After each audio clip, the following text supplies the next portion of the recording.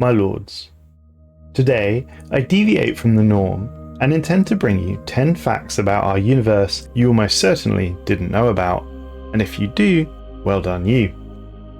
And I'll begin with, did you know that governments and empires did not used to be called egalitarian and authoritarian? Approximately 7 years ago, with patch 1.5, which incidentally heralded the arrival of utopia, the ethics terms egalitarian and authoritarian were introduced, replacing the previous ethics of collectivist and individualist.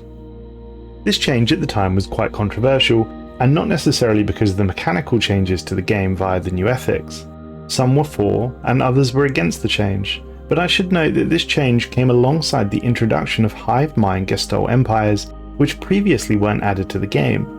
It seems to me that many players were concerned that they wouldn't be able to play as their hive-minded style empires without the collectivist ethic. Of course, they may not have known that hives were being added around this time. Other than that, there appeared to be quite a lot of drama around the ideology of the ethics and whether authoritarianism is ideologically opposed to egalitarianism. The fact that this change also impacted the United Nations of Earth, which remains to be the most commonly played empire in the game, likely drove some of the controversy. Of course, we've had authoritarianism and egalitarianism for almost a decade now, and it appears to be working just fine. Time heals all wounds, as they say. Next up, we have the destruction of Earth.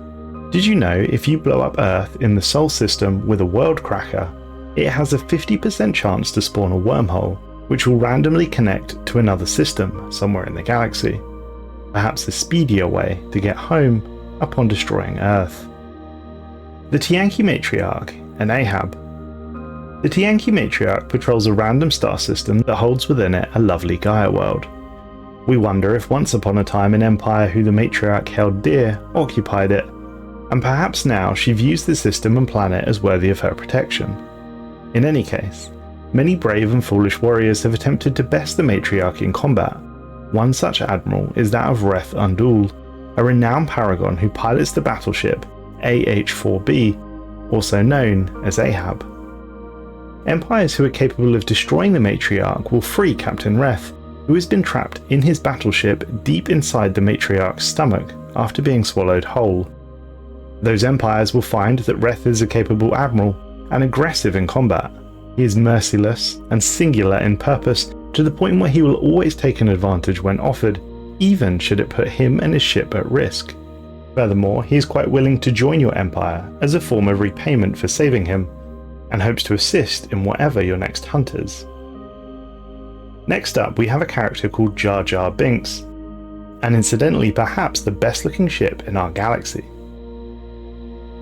This event comes from the Adrift anomaly.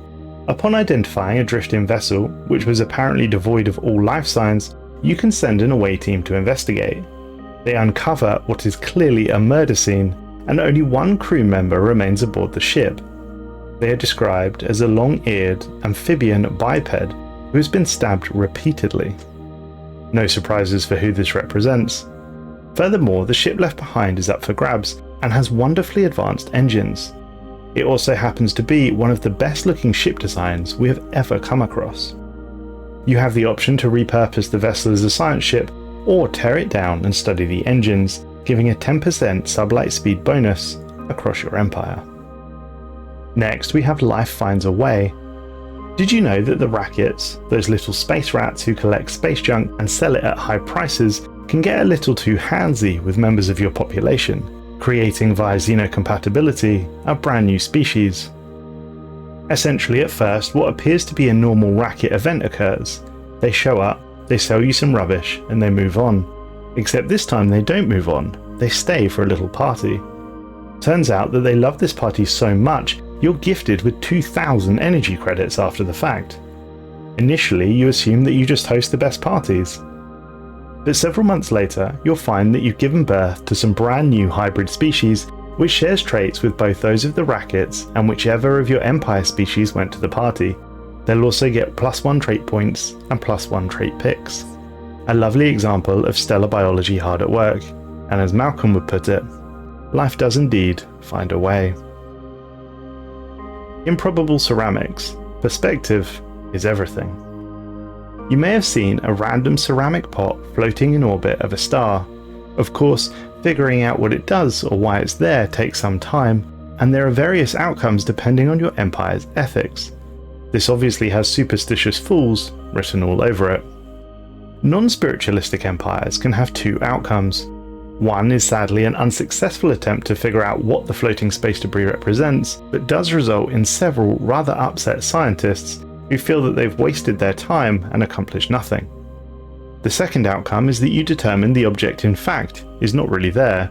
It's a projection from a higher dimension. Once analysed as a fourth dimensional object, you're able to gain some insights into physics research, but you do wonder who sent the information. If, however, you're a spiritualist, you determine that in fact this floating ceramic pot is actually a sacred relic, a sign left behind by the divine. Apparently it's brimming with energy and has within it a hidden message, one that provides information on how to ascend, no less, which turns out to be society research. As I said, perspective is important. Cockroach Earth. As many of you will know, Earth has many different variations of itself within the various timelines, and it could be occupied by the United Nations of Earth, or lizard people, or medieval people, among others. But one of Earth's common potential spawns can be that of a tomb world infested with pre-sapient cockroaches. So at least in one timeline, we do manage to devolve back into cockroaches after all.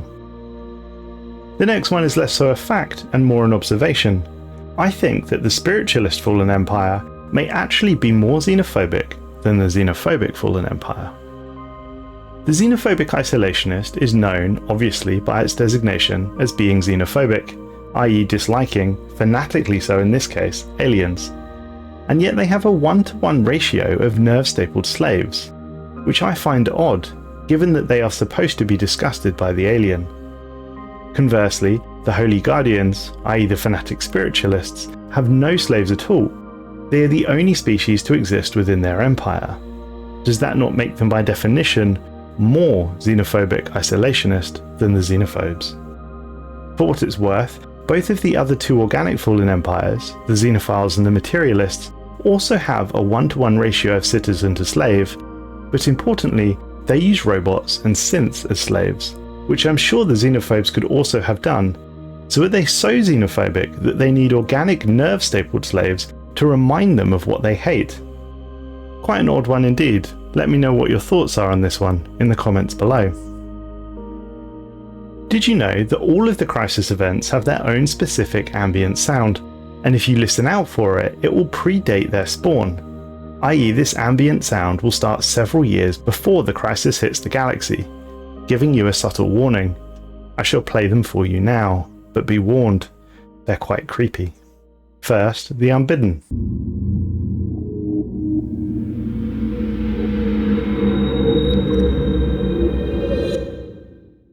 Now, the contingency.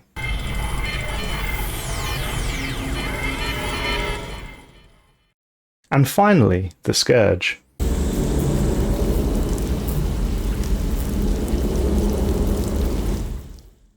And as a bonus, since you had to listen to the scourge one, did you know that the Blorg have an extremely rare and secret voice line when you greet them?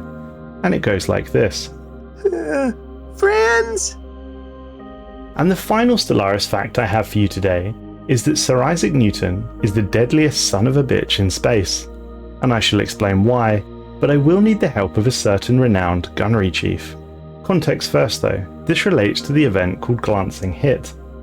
When approaching the planet XC72, the science vessel Shepherd suddenly received a glancing hit by several passing mass driver rounds. The projectiles were billions of years old, and based on their trajectory, they appeared to be stray rounds fired from a neighbouring galaxy. After missing their intended target, they continued on their journey for untold millennia, until today. The rounds that we recovered are of an advanced design, despite their incredible age. And it turns out we have quite a good guess at where these rounds came from. A certain serviceman Chung may have a lot to answer for. Take it away, Gunnery Chief. This recruits is a 20 kilo ferrous slug. Feel the weight!